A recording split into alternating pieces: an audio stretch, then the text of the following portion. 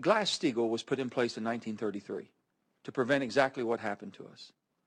It was in place, I think, for approximately 66 years until it was repealed. Up until the 70s, it worked pretty well. We start seeing some changes and chipping away with new rules that took some powers away from Glass-Steagall. And then we finally repealed 1999 and the collapse of 2008. How do you all, I mean, the Volcker rule, and I know it doesn't do what the Glass-Steagall does, but why wouldn't we have those protections? And if it works so well for so many years, why do you all not believe it's something we should return to or look at very, Governor? Well, let me take a shot at that, Senator. I think you've put your finger on the time frame at which what had been a quite safe, pretty stable, not particularly innovative financial system began to change.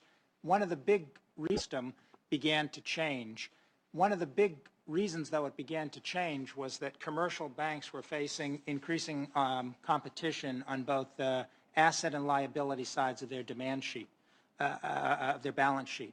You had on the one hand, and this is essentially a good development, the growth of capital markets. Where was the competition coming from? Well, I was about to say, the growth of capital markets, public capital markets that were allowing more and more corporations to issue public debt, to issue bonds, so they didn't rely as much on bank lending, bank borrowing as they used to.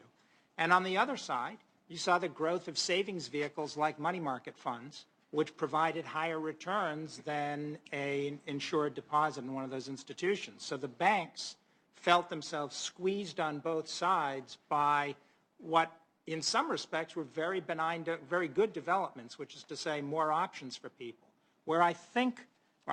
So we changed the rule basically to allow them to get into the risky ventures. Well, in some cases it was risky ventures. That's right. There definitely was a deregulatory movement in bank regulation beginning about in the mid-70s for an extended period of time. And I guess what I'd say is that it was, if I had to identify a collective mistake by the country as a whole, it was not in trying to preserve a set of rules and structures which were just being eroded by everything that was going on in the unregulated sector.